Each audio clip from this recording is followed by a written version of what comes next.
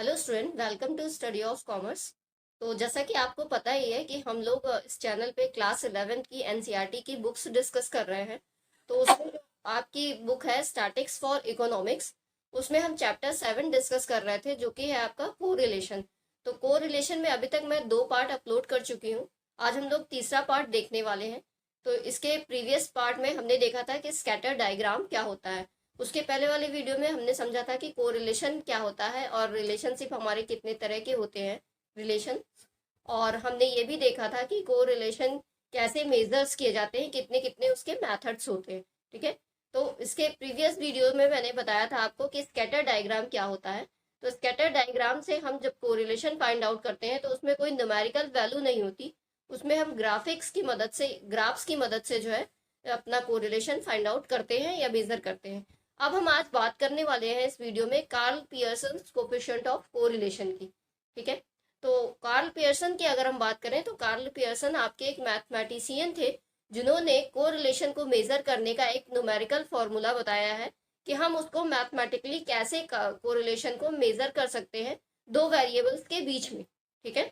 तो ये एक मैथमेटिशियन थे और इन्होंने एक न्यूमेरिकल फॉर्मूला दिया है जिसके बेस पे हम अपने कोरिलेशन को नंबर्स के फॉर्म में दिखा सकते हैं। ठीक है। यानी नंबर्स के फॉर्म में हम कैसे दिखा सकते हैं, तो +1 से -1 के बीच में ही कोई वैल्यू आती है कोरिलेशन की हमेशा। इसको ध्यान रखिएगा कि +1 से -1 के बीच में ही जो वैल्यू आएगी वही आपकी कोरिलेशन कहलाएगी। ठीक है। तो चलिए स्टार्ट करते हैं आज का वीडियो। और अगर आपको वीडियो पसंद आएगा तो वीडियो को लाइक कर दीजिएगा, चैनल को सब्सक्राइब कर दीजिएगा आगे के और वीडियोस देखने के लिए। तो चलिए स्टार्ट करते हैं। तो Karl Pearson's coefficient of correlation, this is also known as product movement correlation. इसको हम प्रोडक्ट मूवमेंट कोरिलेशन भी बोलते हैं, कोरिलेशन कोफिशिएंट, और सिंपल कोरिलेशन, इसको हम सिंपल कोरिलेशन भी बोलते हैं। ठीक है। सिंपल कोरिलेशन कोफिशिएंट, इसको हम सिंपल कोरिलेशन कोफिशिएंट भी बोलते हैं और product movement coefficient of correlation भी बोलते हैं, Karl Pearson coefficient of correlation को। ठीक है। It gives a precise numerical value of the degree of linear relationship between two variables x and y। तो अगर हम इसकी बात कर ले कार्ल पियर्सन के, तो कार्ल पियर्सन ने हमें एक न्यूमेरिकल वैल्यू दी है जिससे हम अपने जो डिग्री ऑफ लाइनर रिलेशनशिप है दो वेरिएबल्स के बीच में, उसको नंबर्स के फॉर्म में बता सकें। ठीक है। आगे देखते हैं। It is important to note that Karl Pearson's coefficient of correlation should be used only when there is a linear relation between the variables। तो कार्ल पियर्सन का कोफिशिएंट ऑफ कोरिलेशन हम उसी केस में यूज करेंगे जब हमारा एक liner relation होगा दो वेरिएबल्स के बीच में। ठीक है। यानी हम लाइंस में बता पाए, स्ट्रेट लाइंस में बता सकें, तो वही हमारे लाइनर रिलेशन जितने भी होंगे वेरिएबल्स के बीच में, उन्हीं में हम कोफिशिएंट ऑफ कोरिलेशन को यूज करेंगे। और ये आपका सबसे ज्यादा मोस्ट पॉपुलर और मोस्ट सिंपल और सबसे ज्यादा यूज होने वाला कोफिशिएंट ऑफ कोरिलेशन है आपका Karl Pearson's coefficient of correlation. ठीक है। इतना आपका ना स्कैटर डायग्राम यूज होता है ना दूसरा वाला यूज होता है। ठीक है। चलिए आगे देखते हैं। When there is a non linear relation, तो जब हमारा नॉन लाइनर रिलेशन होगा एक्स एंड वाई के बीच में, then calculating the Karl Pearson's coefficient of correlation can be misleading. तो उस केस में अगर हम कार्ल पियर्सन का कोफिशिएंट ऑफ कोरिलेशन निकालते हैं तो वो मिसलीडिंग होगा। ठीक है। Thus, if the true relation is of the linear type as shown given by the scatter diagram in figure 7.1, 7.2, 7.4, 7.5, then the Karl Pearson's coefficient of correlation should be calculated। ठीक है। तो जो फिगर्स हैं ये हम अभी आगे देख लेते हैं। तो ये जितने भी फिगर्स हैं जिसमें लाइनर रिलेशन शो कर रहा है दो वेरिएबल्स के बीच में, सिर्फ उस केस में हम कोफिशिएंट ऑफ कोरिलेशन का यूज करेंगे। ठीक है। It will tell us the direction and intensity of the relation between the variables. ये हमें बताता है दो वेरिएबल्स के बीच में डायरेक्शन और इंटेंसिटी को। ठीक है। बट आगे देखते हैं। But if the true relation is of two type but if the true relation is of the type shown in the scatter diagram in figure 7.6 and 7.7, then it means there is a non-linear relation between x and y। We should not try to use the Karl Pearson's coefficient of correlation। तो जो दो हमारे figure है 7.6 और 7.7, इसमें non linear relation है x and y के बीच में, तो इस केस में हम कार्ल पियर्सन का कोफिशिएंट ऑफ कोरिलेशन यूज नहीं करेंगे। ठीक है। क्योंकि वो हम केवल लाइनर रिलेशन पे ही यूज करते हैं। चलिए आगे देखते हैं। It is therefore advisable to first examine the scatter diagram of the relation between the variables before calculating the Karl Pearson's coefficient of correlation. तो ये कह रहा है कि जो है हमें पहले डायग्राम्स को एनालाइज कर लेना चाहिए कि जो भी स्कैटर डायग्राम बने हुए हैं वो उसमें जो है लाइनर रिलेशन शो कर रहा है कि नहीं। अगर नॉन लाइनर है तो हम वहां पे कार्ल पियर्सन्स का कोफिशिएंट ऑफ कोरिलेशन नहीं यूज करेंगे। ठीक है, चलिए आगे देखते हैं। Let x1 x2 xn be n values of x and y1 y2 yn be the corresponding values of y। तो x और y की दो वैल्यूज दी हुई हैं, दो वेरिएबल्स की। In the subsequent presentation the subscripts indicating the unit are dropped for the sake of simplicity. The arithmetic means of x and y are defined as. तो उस केस में हमारा x एंड y का arithmetic mean क्या निकलेगा, sigma x upon n, और y के case में सिग्मा y अपॉन n निकलेगा। ठीक है, चलिए आगे देखते हैं। अब हम डायग्राम्स देख लेते हैं। जैसा कि मैंने प्रीवियस वीडियोस में भी आपको बताया था, तो पहला है हमारा पॉजिटिव कोरिलेशन। तो पॉजिटिव कोरिलेशन के केस में क्या होता है, हमारी एक अपवर्ड स्लोपिंग लाइन बनती है और ये भी हमारा एक लाइनर रिलेशन बता रहा है एक्स एंड वाई के बीच में। ठीक है, दूसरा है हमारा निगेटिव कोरिलेशन। ये भी हमारी एक डाउनवर्ड स्लोपिंग लाइन बन रही है और ये भी हमारा जो है दो line x and y variables के बीच में एक लाइनर रिलेशन बता रहा है। तो इस केस में भी हम coefficient of correlation Karl Pearson का यूज कर सकते हैं। ठीक है, नेक्स्ट है हमारा नो कोरिलेशन। अब ये नो कोरिलेशन क्यों है, क्योंकि इसकी वैल्यूज इधर उधर रैंडमली कहीं पे भी आ गई है। ठीक है, तो यहाँ पे ना कोई अपवर्ड स्लोपिंग बन रहा है, ना कोई डाउनवर्ड स्लोपिंग बन रहा है, ना ऐसे बन रहा है ना वैसे बन रहा है। ठीक है, तो कहीं पे भी कोई भी वैल्यूज आ गई है, तो इसका मतलब है कि यहाँ पे कोई रिलेशन नहीं है एक्स एंड वाई के बीच में। ठीक है, तो यहाँ तो कुछ हो ही नहीं सकता। नेक्स्ट है आपका परफेक्ट पॉजिटिव कोरिलेशन। तो परफेक्ट पॉजिटिव कोरिलेशन उस केस में होता है जब हमारी एक स्ट्रेट लाइन होती है और उसी पे हमारे सारे पॉइंट्स होते हैं, तो उसी को हम बोलते हैं परफेक्ट पॉजिटिव कोरिलेशन। ठीक है, चलिए नेक्स्ट है हमारा परफेक्ट निगेटिव कोरिलेशन। तो परफेक्ट निगेटिव कोरिलेशन में हमारी डाउनवर्ड स्लोपिंग लाइन ही रहेगी और उसमें हमारी हर एक लाइन पे जो है हमारी वैल्यूज आ रही होंगी, तो इसीलिए ये है परफेक्ट निगेटिव कोरिलेशन। ठीक है, नेक्स्ट है हमारा पॉजिटिव नॉन लाइनर कोरिलेशन। तो 7.5 तक तो हम कार्ल पियर्सन का यूज कर सकते हैं, लेकिन 7.6 और 7.7 में हम नहीं यूज कर सकते कार्ल पियर्सन का कोफिशिएंट ऑफ कोरिलेशन, क्योंकि यहाँ पे क्या है, हमारी नॉन लाइनर रिलेशन बता रहा है ये एक्स एंड वाई के बीच में। ठीक है, क्योंकि यहाँ पे ना कोई अपवर्ड बन रहा है ना डाउनवर्ड स्लोपिंग लाइन बन रही है, रेंडमली वैल्यूज ऐसे ऐसे आई। ठीक है, तो ये हमारा नॉन लाइनर रिलेशन है, कोई लाइनर रिलेशन नहीं बन रहा है इन दोनों के बीच में, क्योंकि कोई लाइन स्ट्रेट नहीं बन रही है। तो जहां भी स्ट्रेट लाइन नहीं होगी वो लाइनर रिलेशन नहीं कहलाएगा। ठीक है, तो यहाँ पे हम कार्ल पियर्सन का कोफिशिएंट ऑफ कोरिलेशन नहीं यूज कर सकते। उसी तरीके से निगेटिव नॉन लाइनर है, तो यहाँ पे भी कोई एक स्ट्रेट लाइन नहीं बन रही है, वैल्यूज हमारी रैंडमली आ गई हैं, तो इसलिए ये भी हमारा निगेटिव नॉन लाइनर रिलेशन है एक्स एंड वाई के बीच में, इसलिए यहाँ पे भी कार्ल पियर्सन का कोफिशिएंट ऑफ कोरिलेशन नहीं यूज किया जा सकता। ठीक है, चलिए आगे देखते हैं। अब इनके वेरिएंस की बात हो रही है कि वेरिएंसेस कैसे निकलते हैं। तो ये हमारा स्टैंडर्ड डेविएशन का फॉर्मूला बता रहा है कि अगर हमें एक्स का स्टैंडर्ड डेविएशन निकालना हो तो हम कैसे निकालेंगे। तो सिग्मा एक्स माइनस एक्स बार आपका मीन होगा डिवाइडेड बाई एन, एन का मतलब हो गया नंबर ऑफ टर्म्स, तो सिग्मा एक्स स्क्वायर हो जाएगा डिवाइडेड बाई एन हो जाएगा minus sigma x bar square. ठीक है, तो ये फॉर्मूला हो जाएगा। उसी तरीके से y का भी इसी तरीके से निकलेगा, लास्ट में माइनस सिग्मा वाई स्क्वायर हो जाएगा, sigma y square divided by n minus sigma y square. ठीक है, चलिए आगे देखते हैं। The standard deviations of x and y respectively are the positive square roots of their variances। तो स्टैंडर्ड डेविएशन x और y का क्या होगा, उनका एक पॉजिटिव स्क्वायर रूट होगा उनके वेरिएंसेस का। ठीक है, एक होता है आपका covariance. Covariance x and y is defined as. अब उनका कोवेरिएंस निकालने के लिए हमें क्या करना होगा, उसमें हम x और y को साथ में लेके चलेंगे। ठीक है, तो sigma x minus x bar, उसके बाद y minus y bar divided by number of terms, तो कोवेरिएंस कैसे निकलेगा, sigma x y upon n कर देंगे। ठीक है, चलिए आगे देखते हैं। Where x is equal to x minus x bar, x क्या है x minus x bar, and y is equal to y minus y bar are the deviations of द ith value of x and y। तो ये हमारी deviations हैं जिनसे हम अपने मीन को माइनस करके निकाल रहे हैं एक्स को, ठीक है।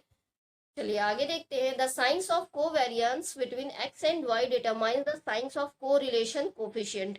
तो जो हमारे कोवेरिएंस का साइन होगा वो हमारे कोरिलेशन ऑफ कोफिशिएंट के साइन को डिटरमाइन करता है, ठीक है। The standard deviation are always positive. हमारा जो स्टैंडर्ड डेविएशन होगा वो ऑलवेज पॉजिटिव होगा, हमेशा पॉजिटिव में ही रहेगा, प्लस में ही रहेगा, ठीक है। If the covariance is zero, तो हमारा अगर कोवेरिएंस जीरो होगा, the correlation of coefficient is also zero, always zero. तो जब हमारा कोवेरिएंस जीरो होगा तो हमारा कोफिशिएंट ऑफ कोरिलेशन भी हमेशा जीरो होगा, ठीक है। तो इसका ध्यान रखिएगा। चलिए आगे देखते हैं। The correlation coefficient is always zero. The product moment correlation और the Karl Pearson's measures of coefficient of correlation is given by. तो अब उसको कैसे मेजर करेंगे, तो उसके लिए हमें कोफिशिएंट ऑफ कोरिलेशन, जिसको हम आर से डोनेट करते हैं, है, ठीक है, आर से हम इंडिकेट करते हैं, उसका फॉर्मूला क्या है कि sigma x y divided by n standard deviation x into standard deviation y. एक फॉर्मूला तो ये है, ठीक है। दूसरा फॉर्मूला हमारा क्या है कि r is equal to sigma x minus x bar bracket में फिर sigma y minus y bar divided by sigma square root sigma x minus x bar square फिर square root sigma y minus y bar square, ठीक है। तो ये फॉर्मूले को simplify किया जा रहा है बेसिकली। आगे देखते हैं। फिर हम इसको और एक्सटेंड कर रहे हैं। R equal to sigma x y minus sigma x into sigma y divided by n. उसके बाद है divided by square root sigma x square minus sigma x square. तो इसी को हम सिंप्लीफाई कर रहे हैं फॉर्मूले को, ठीक है। तो ये एनसीईआरटी की बुक में आपका फॉर्मूला कुछ ज़्यादा ही टफ दिया हुआ है। मैं अलग से आपको शॉर्ट में फॉर्मूलेज प्रोवाइड करूंगी तो वो आप आसानी से याद कर पाओगे, ठीक है, सिंप्लीफाई करके।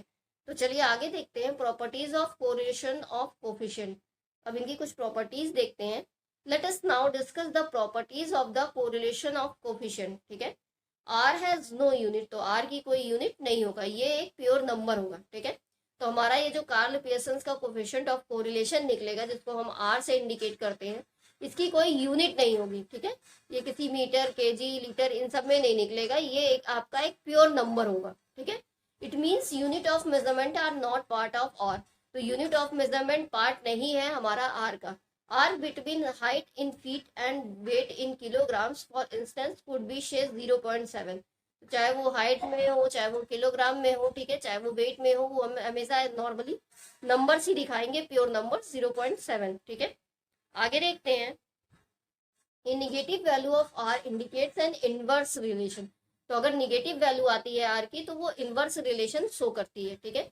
ए change in one variable is associated with change in the other variable in the opposite direction.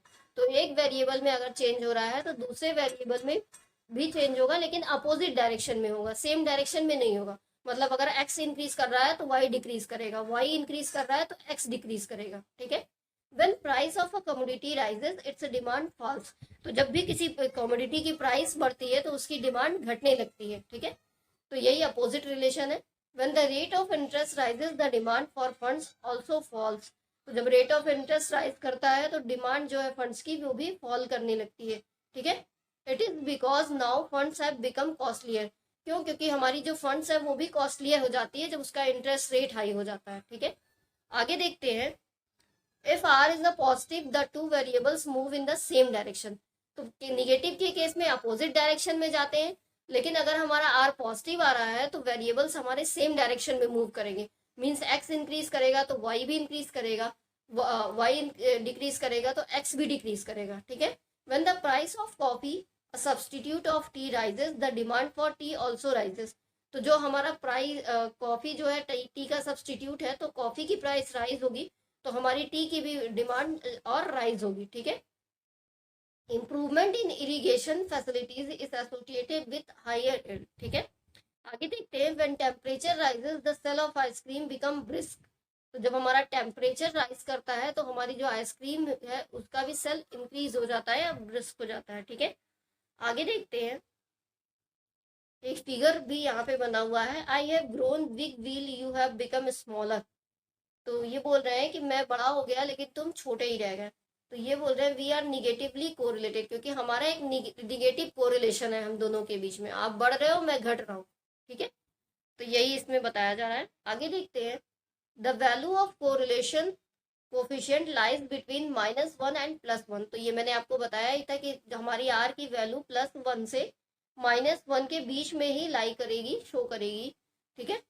If in any exercise the value of r is outside this range it indicates error in calculation. तो अगर कभी ऐसा होता है कि हमारी +1 और -1 से आगे या ज्यादा वैल्यू आ जा रही है कोफिशिएंट ऑफ कोरिलेशन की, तो हमारा ये इंडिकेट करता है कि हमारा जो कैलकुलेशन है वो सही नहीं हुआ है, वो गलत हुआ है, ठीक है। आगे देखते हैं, the magnitude of r is unaffected by the change of origin and change of scale. तो चेंज ऑफ स्केल का और चेंज ऑफ ओरिजिन का कोई भी इफेक्ट हमारे आर पे नहीं होता, ठीक है। यानी कोफिशिएंट ऑफ कोरिलेशन कभी भी चेंज ऑफ ओरिजिन और चेंज ऑफ स्केल उसे अफेक्ट नहीं करता, ठीक है। Given two variables x and y, let us define two new variables. तो u is equal to x minus a divided by b है, तो v is equal to y minus c divided by d है, where a and c are assume means of x and y respectively. तो a और c जो है एक assume mean है x and y का, ठीक है। b and d are common factors, और b और d कॉमन फैक्टर्स है सेम साइन के। Then r x y is equal to r u v, तो r x y equal to r u v हो जाएगा, ठीक है। This property is use to calculate correlation coefficient in a highly simplified manner as in the step deviation method.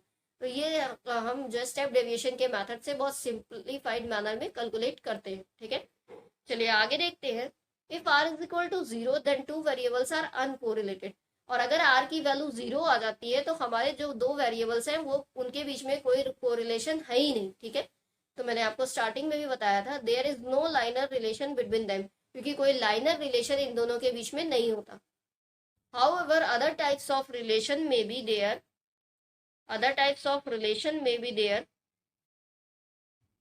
If r is equal to 1 और r is equal to -1, the correlation is perfect and there is a exact linear relation।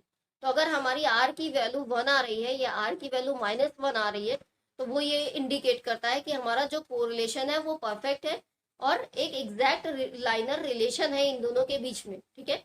आगे देखते हैं, a high value of r indicates strong linear relationship. और अगर हमारी value high आ रही है r की, यानी +1 एग्जैक्ट आ रही है या हाई आ रही है, ठीक है, तो उस केस में हमारा जो लाइनर रिलेशनशिप है दोनों वेरिएबल्स के बीच में वो काफी स्ट्रॉन्ग है, ठीक है। Its values is said to be high when it is closest to +1 और -1। तो उसकी वैल्यू हम तब हाई कहेंगे आर की जब वो +1 से ज्यादा करीब होगी या -1 से ज्यादा करीब होगी, ठीक है। चलिए नेक्स्ट देखते हैं, नेक्स्ट प्रॉपर्टी है, a low value of r close to 0 indicates a weak linear relation. तो अगर हमारी आर की वैल्यू जो है +1 और -1 के नजदीक आती है तो वो स्ट्रॉन्ग कोरिलेशन दिखाता है, लेकिन अगर वो 0 के करीब आती है तो वो हमारा वीक लाइनर रिलेशन दिखाता है, ठीक है। बट देयर में भी नॉन लाइनर रिलेशन, और उस केस में हमारा नॉन लाइनर रिलेशन होता है, ठीक है। As you have read in chapter 1, the statistical methods are no substitute for common sense. तो जैसा कि हम लोगों ने चैप्टर 1 में ही पढ़ा है कि जो हमारे स्टैटिकल मेथड्स होते हैं उनका कोई सब्सटीट्यूट नहीं होता कॉमन सेंस का, ठीक है। Here is the another example which highlights the need for understanding the data properly before correlation is calculated and interpreted. तो एक और एग्जांपल दिया है इन लोगों ने इस बुक में, जिसमें ये बताया गया है कि हमारा जो डेटा है वो प्रॉपरली कोरिलेशन से पहले कैसे कैलकुलेट किया जाता है या कैसे समझा जाता है, ठीक है। चलिए आगे देखते हैं, an epidemic spreads in some villages and the government sends a team of doctors to the affected villages। तो कोई ऐसी सिचुएशन आ जाती है विलेज में, तो डॉक्टर जो है गवर्नमेंट जो है कई डॉक्टर्स को भेजती है, टीम जो है डॉक्टर्स की विलेज में, ठीक है, लोगों को ठीक करने के लिए। The correlation between the number of deaths and the number of doctors sent to the villages is found to be positive. तो जो नंबर ऑफ डेथ है का केस है और जो नंबर ऑफ डॉक्टर्स जितने गए हैं उनका कोरिलेशन पॉजिटिव आ रहा है विलेज में, ठीक है। Normally the health care facilities provided by the doctors are expected to reduce the number of death showing a negative correlation.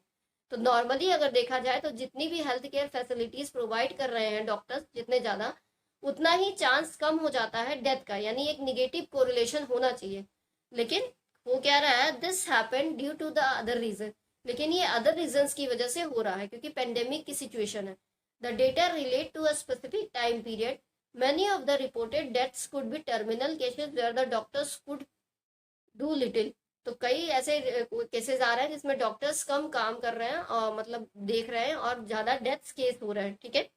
Moreover, the benefits of the presence of doctors becomes visible only after some time. और doctors के होने का presence मतलब उनके presence का जो benefit है वो कभी कभी दिखता है, ठीक है। It is also possible that the reported death are not due to the epidemic, ठीक है। तो ये भी जरूरी नहीं है कि जो डेथ हो रही है वो उसी की वजह से हो रही है।